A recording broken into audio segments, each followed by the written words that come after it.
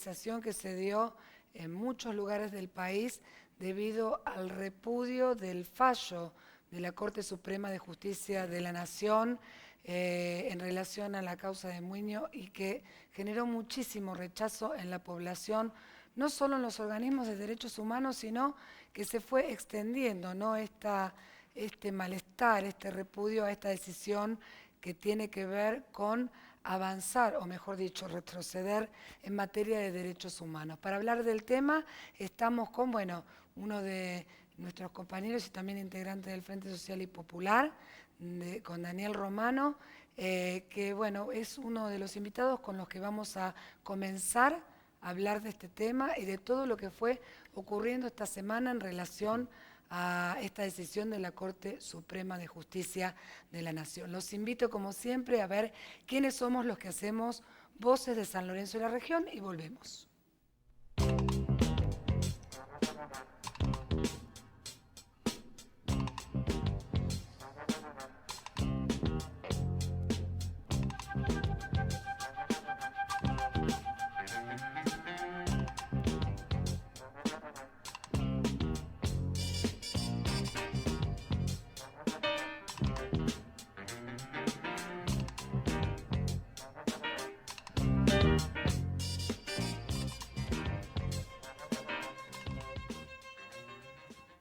Como decíamos, esta semana en muchos lugares del país se realizaron movilizaciones que tuvieron que ver con un repudio muy generalizado a esta decisión de la Corte Suprema de Justicia de aplicar el 2x1 en un caso de violación de derechos humanos.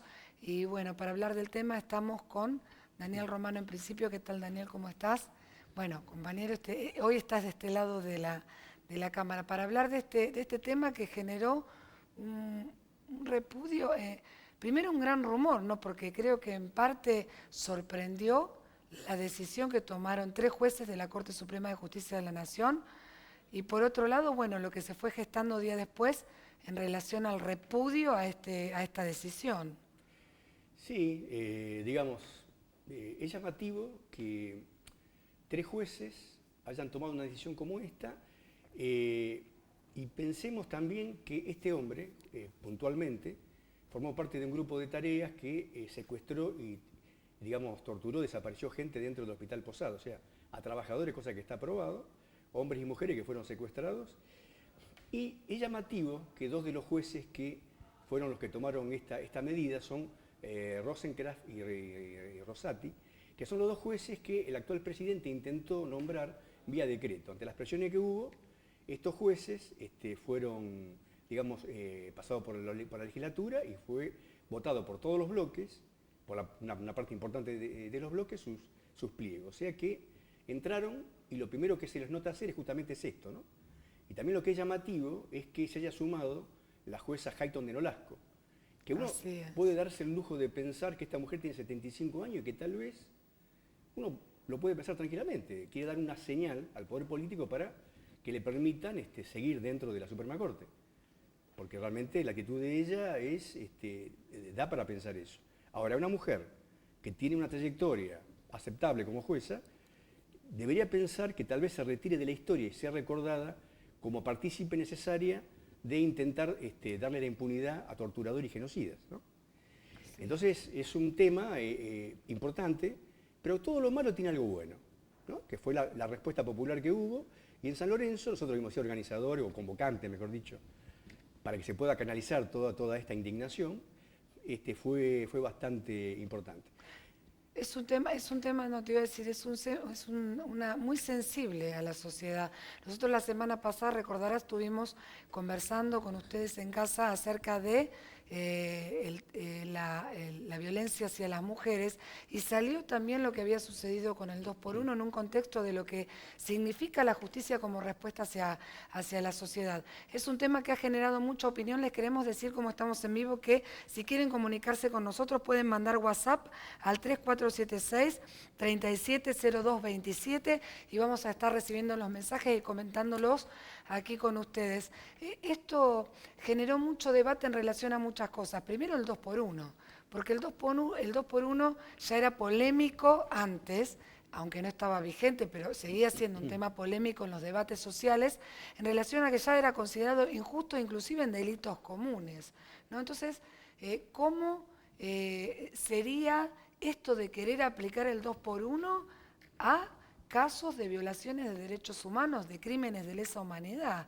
¿Cómo sería el fundamento? No se me ocurre que esto se pueda fundamentar sin una decisión política de la Corte Suprema de Justicia, porque puede ser que tenga un fundamento legal, pero tiene que tener otro fundamento para sostener semejante decisión que chocó a la mayoría de la sociedad. Sí, el 2 por 1 fue pensado como un error para subsanar otro error. O sea, la justicia, como no tenía, era lenta, teóricamente, como dice que no tenía estructura para atender los casos, y mucha gente estaba sin tener un dictamen, un fallo, estaba dentro, preso. Para compensar, se sacó esto de la galera, el 2 por 1, que es bastante discutible porque un error se subsana con otro error. Pero aplicarlo, a la gente que, según los pactos internacionales, no debería hacerse, porque Argentina ha suscrito pactos internacionales para evitar remachar la impunidad de los represores. Incluso el comisario de la ONU en temas de derechos humanos también se expidió exigiendo que esto no se aplique. Hay varias justicias provinciales que lo han hecho. O sea, en realidad esto es más asimilable a una continuidad de los indultos, porque convalida la impunidad, que a una decisión de impartir justicia. Porque los indultos fueron una forma de intentar, de una parte del poder, de preservar a los militares que habían sido un instrumento de los sectores económicos más concentrados para hacer determinadas cosas en la llamada dictadura cívico-militar. Ahora, cuando uno piensa en la dictadura, tiene que pensar quién se benefició, ¿no? Y uno piensa, el capital financiero, por ejemplo, la deuda externa pasó de 7.000 a 45.000 millones. Sí, se estatizó la deuda privada. Privada, exactamente. Ese es un tema. Esas empresas que pasaron sus deudas al Banco Central en el 82 para que Cavallo se la estatice, también los grupos de tareas secuestraron los cuerpos delegados que negociaban los salarios, que negociaban las paritarias, y a su vez esas empresas también son las que después se beneficiaron en el futuro con la plata contratista. O sea, esos sectores intentaron y han hecho lobby durante la democracia por el indulto, por la audiencia de vida y por el punto final, y esta decisión judicial, que es política, parece una continuidad de esa impunidad que lo que está pasando. ¿Cómo es que en este momento sucedió este fallo de la Corte del 2 por 1? Porque yo por eso te decía analizar el contexto político en el que se da, porque de algún modo esto pone en situación de pedir la libertad a 750 personas que están encarceladas sin juicio y sin condena, pero probadamente involucrados en crímenes de lesa humanidad. Por lo tanto, prepara un terreno para una situación un tanto peligrosa, ¿no? Sí, lo que pasa es que este gobierno da la impresión que si uno toma los diferentes hechos que han ocurrido, funcionarios han querido poner en discusión si hubo un plan premeditado de la dictadura argentina y la otra dictadura para hacerlo. Han puesto en discusión si eran 30.000 o no. Y han intentado y están logrando algunas cárceles domiciliarias para tipos tenebrosos como por ejemplo Echecolás. En ese marco aparece esto como una continuidad, de esa. Y es como si quisieran dar vuelta atrás la historia y negar la historia que pasó y lo que sucedió. O sea, creo que la sociedad no se banca hoy que los torturadores estén entre nosotros con impunidad. La gente que violó, mató, torturó un feto en el vientre materno y no lo hizo obligado por una orden, porque no hay evidencia de vida para violar o para torturar o para secuestrar. No, y se apropió además de la identidad de una cantidad de niños que todavía hoy, con el trabajo de las madres y abuelas, de Plaza de Mayo principalmente, se están recuperando. Vamos a recibir a otro de nuestros invitados, Ricardo Gómez, integrante de la Comisión Regional de Derechos Humanos de la ciudad de San Lorenzo y que agrupa al cordón industrial. ¿Qué tal, Ricardo? Bueno, y en relación a lo del 2 por 1, en San Lorenzo se decidió hacer una actividad que tenía que ver con este repudio justamente de la Corte Suprema de Justicia. Sí, ante todo, buenas tardes. Sí, se decidió hacer una convocatoria conjuntamente con dos agrupaciones de derechos humanos que existen en la ciudad.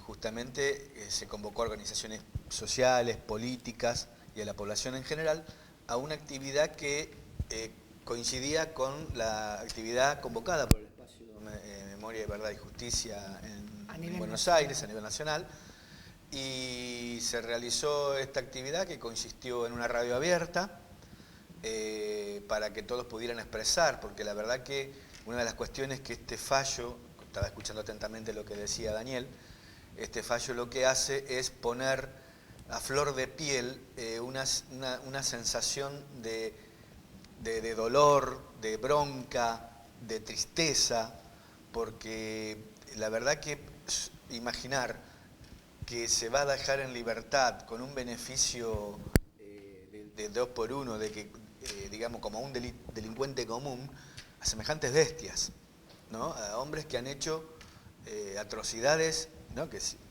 leer el libro Nunca Más, Nada Más, ya podés, te indignan las cosas que han hecho, como el robo de niños, las torturas, las humillaciones, las vejaciones, el asesinato, la desaparición de personas. Creo que ha sido un tema que impactó esto que vos decías, emparejar. Ya el 2 por 1 es polémico, de antes. A pesar de que no estaba vigente, la Corte con esta decisión abre el debate del 2 por 1 con crímenes de lesa humanidad. Pero esto también de la Corte, de tratar de emparejar un delito común, que yo decía, para la Corte termina siendo un estafador, igual que un torturador, que un asesino, que un violador, que un apropiador de niños, ¿no? Esto es gravísimo. Y genera, me parece, que lo que genera es, digamos, la bronca y el dolor hacia arriba, digamos, y hacia arriba en el sentido de decir, igualás a un delincuente común con un genocida, pero también hacia abajo, decir, luego, ¿con qué autoridad juzgás a un delincuente común cuando dices si a un torturador lo dejan libre? Alguien digamos, que roba o mata, tiene, digamos, se sentiría con más poder, con más impunidad para hacerlo. Pero además, obviamente esto genera un camino de impunidad, ¿no? Porque enmarcar entre otras cosas, digamos, la dictadura o la represión que hubo en la dictadura militar, querer marcarla como en una guerra sucia, todos esos conceptos que fueron trabajando, que vienen trabajando desde este gobierno, digamos, incluso en todos los medios, instalar estos debates, realmente eso es muy nocivo. Nocivo porque eso fue un plan de exterminio, fue un genocidio. Un genocidio que se llevó dirigentes sindicales, dirigentes estudiantiles, dirigentes barriales, estudiantes, vecinos comunes, familiares de los vecinos, de los dirigentes y de los vecinos. O sea, fue una cosa que fue sembrar terror, imponer a sangre y fuego un modelo económico, y entonces ahora querer eso, emparejarlo como que fue una guerra, es algo que indigna. Indigna porque nos llevó a todos los que participamos de organizaciones de derechos humanos y a todos los que luchamos, a todos los luchadores populares, nos llevó años poder desterrar estos debates y los vuelven a instalar. Bien. Por eso la actividad que se hizo en San Lorenzo fue, digamos, muy fuerte y además muy numerosa. Vamos a ir a una pequeña pausa y vamos a hablar de esto que ocurrió no solo en la ciudad de San Lorenzo, sino que se dieron movilizaciones masivas en muchos lugares del país. Realmente la de Buenos Aires, la de la ciudad de Buenos Aires fue impresionante y realmente fue una imagen que dio vuelta al mundo en relación a la reacción que ha tenido el pueblo argentino con este fallo de la Corte Suprema de Justicia. Vamos a una pequeña pausa y volvemos.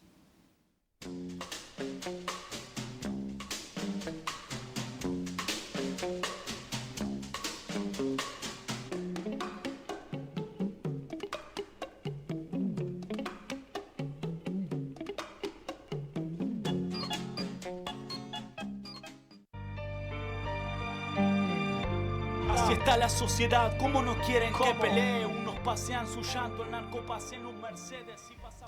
Bueno, el gobierno nacional, luego de esta decisión de la Corte Suprema, pero sobre todo luego de la reacción popular, se expresó como en contra, por decir de alguna manera, de este fallo. Pero como bien se decía acá, este es un gobierno que comenzó con represión.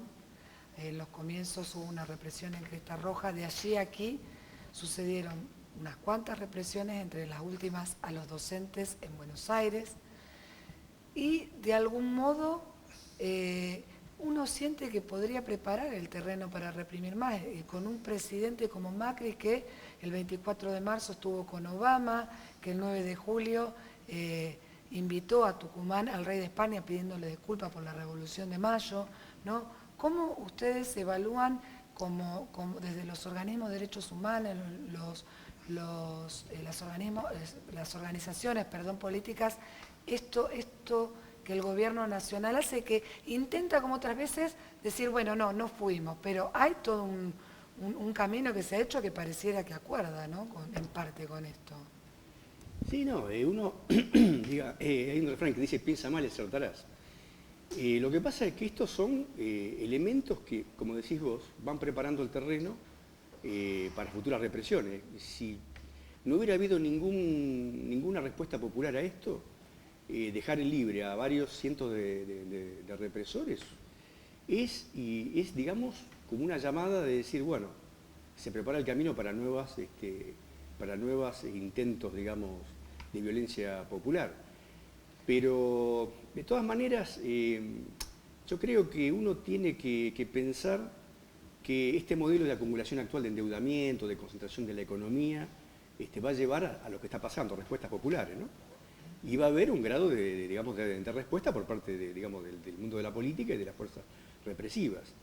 En ese marco, haber dejado pasar este 2x1 sin la respuesta que se dio popular me parece que era muy peligroso.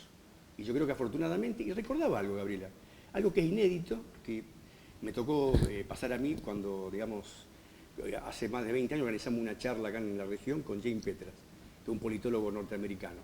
Era que se habla tanto, digamos, de este fallo, de lo que significó el golpe. Y después de haber dado la charla, hicimos una sobremesa con él, ¿no? Entonces él contó que cuando él era un joven periodista norteamericano fue a Chile, cuando dieron el golpe de Estado, poco después de que el golpe terminó. Y le hizo una entrevista al embajador norteamericano, como periodista norteamericano él. Entonces estaba en una especie de recepción, de gala, después de haber haber terminado el golpe, haber asesinado al presidente Salvador Allende. Y él le preguntó al embajador sobre la importancia del golpe en Chile. Le dijo, bueno, es para evitar que haya un giro a la izquierda en las masas latinoamericanas, y aparte nos preocupa mucho, y por eso apoyamos este golpe, lo que pasa en Argentina, donde el poder obrero y sindical es muy fuerte. Nos está preocupando el auge, digamos, del poder sindical, hablemos del año 73 en Argentina, con Agustín Tosco. Entonces, él comentaba eso, y da para pensar que realmente es el motivo fundamental, y no, como se quiere hacer ver, los grupos guerrilleros que técnicamente en el 76 estaban, digamos, ya no eran operativos, ¿no? Sí, inscribirlo, ¿no?, en la situación social y política del momento, y no en una cuestión de guerra, como decías vos, ¿no? No, yo lo que quería agregar con respecto al gobierno nacional es que lo que viene sucediendo es que es un gobierno que tiene un programa político, que tiene una intencionalidad, tiene un fin político que es la apertura de mercado, que es, digamos, la cuestión de importar, de favorecer a los grupos económicos, tanto exportadores como importadores. Eso va en detrimento de la industria nacional. Eso obviamente está generando también que la comunidad internacional exija, ¿no?, ahora bajar los costos laborales. Entonces todo eso lleva a que el gobierno está impulsando proyectos flexibilizadores en los trabajadores y quitar derechos, no solo a los trabajadores, a todos, a los trabajadores digamos, en el salario, en las condiciones de trabajo, y además hasta incluso con la cobertura de las obras sociales, de la salud, de la educación. Va en un recorte que no va a pasar sin represión. Entonces, el pueblo, digamos, ha ido enfrentando cada una de estas medidas. Entonces el gobierno, como tiene el límite que le pone la movilización popular, que eso es muy importante, la movilización del 10 de mayo fue importantísima, porque la verdad que es ponerle límites, enfrentar lo que es una aberración como es la impunidad a los genocidas. Lo mismo sucede con otras medidas. El gobierno ha venido con esto de que hay un programa humorístico que lo satiriza muy bien, que dice Juan Domingo Perdón, como tira la medida y después, como no puede pasar, vuelve hacia atrás, incluso pidiendo perdón, ¿no? Lo cual es muy cínico, es muy... Sí, la verdad que increíble, inédito, y la verdad una cuota de cinismo importante teniendo en cuenta sobre qué tiene que pedir perdón, ¿no? En relación de materia de derechos humanos es gravísimo, porque además estamos en un contexto donde, como decías, avanzan los despidos. Nosotros en la zona del cordón industrial arrancamos con el cierre de ARSIC, pero tenemos en este momento también la situación de GM en la provincia y también que toca a toda la región, no solo la provincia de Santa Fe, Sancor, ¿no es cierto?, con muchas dificultades y con muchos problemas serios que involucran a una cantidad de trabajadores y familias, y probablemente si hay lucha puede haber represión. Pero yo pensaba esto que decíamos antes, ¿no? Hubiera sido gravísimo que no hubiera movilización popular. Esto fue muy, muy importante. Las reservas democráticas del pueblo argentino siempre sorprenden gratamente y uno a la vez las espera, ¿no?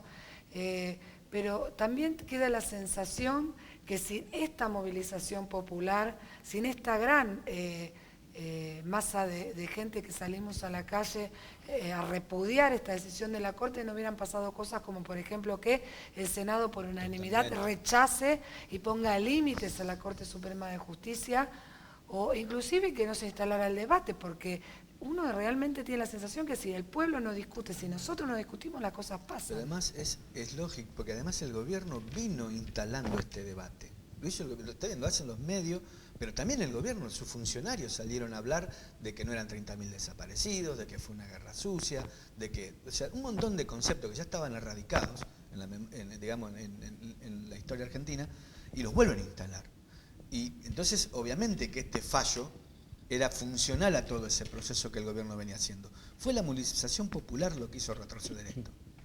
Y lo hizo retroceder al punto que se logra una ley que le pondría, digamos, que anula la ley anterior y que ahora, digamos, no podrían aplicar el 2x1. Después hay que ver las interpretaciones jurídicas que harán, y que incluso se está diciendo que la Corte revisaría el fallo.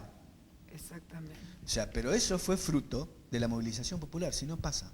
Pasa y estaríamos caminando hoy en la calle en días o en semanas cruzándonos con el Checolá, con todos estos asesinos. Otro de los debates que se instaló y que, bueno, apareció mucho en la calle, como decíamos la semana pasada, hay temas que se terminan hablando en todos lados, en la escuela de los chicos, en el súper, en la granja, y una de las cuestiones es el rol de la Corte Suprema, ¿no? Porque hay una cuestión con la justicia argentina. Lamentablemente esta decisión fue tomada por el máximo órgano de justicia de la nación. No hay dónde apelar más que a organismos internacionales, que obviamente en este caso correspondería y hubiera sido muy válido, y es muy válido que se haga, pero este rol de la Corte Suprema que siempre parece que es funcional a los gobiernos de turno, inclusive los mismos jueces van cambiando según el gobierno, lo cual indica que responden a sectores dominantes que muchas veces nosotros no entendemos bien hacia dónde van.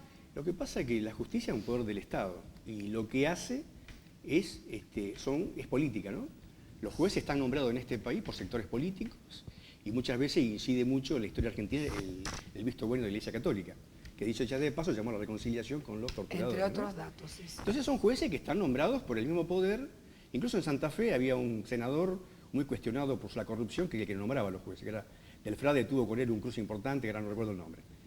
Entonces son fallos que son políticos.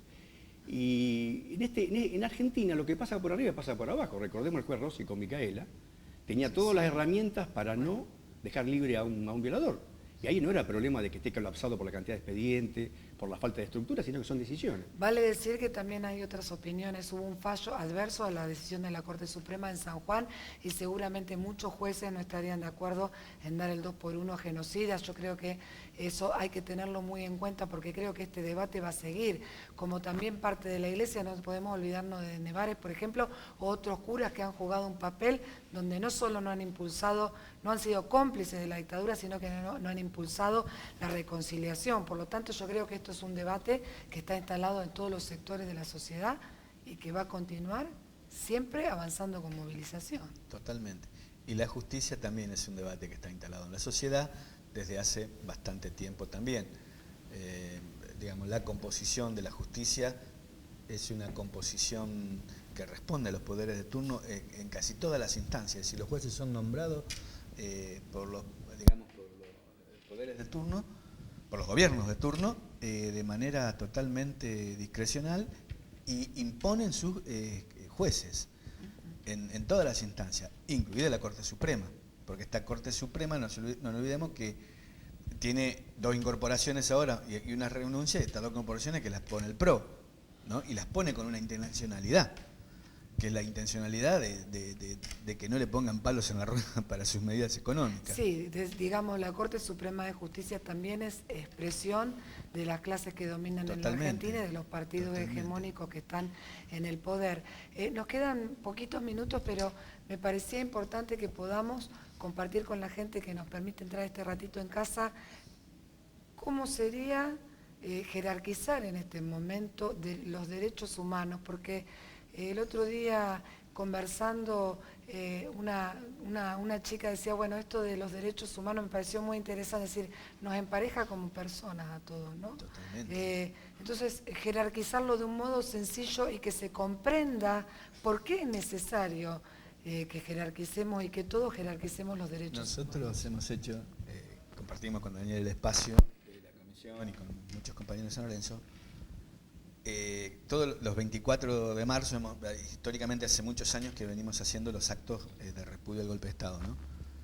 Y siempre hemos tenido una línea que es los derechos humanos de ayer y de hoy, porque obviamente lo que hoy vuelve a poner el tapete fue la violación más fragante de los derechos humanos, como es la pérdida de la libertad, de la vida, las vejaciones del Estado, ¿no? Pero el Estado está ausente en el cumplimiento de muchos derechos humanos. Ausente o presente de la peor manera, como dicen las mujeres, ¿no? Sí.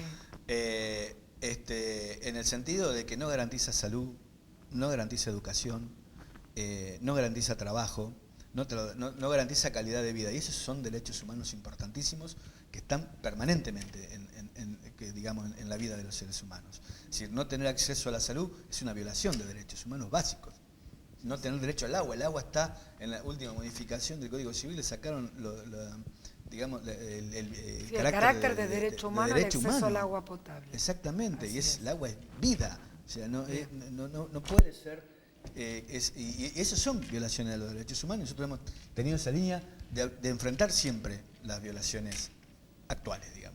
Bien, ¿por qué hay que jerarquizarlo? Sí, los derechos humanos deben ser y son una construcción cultural y se defienden colectivamente.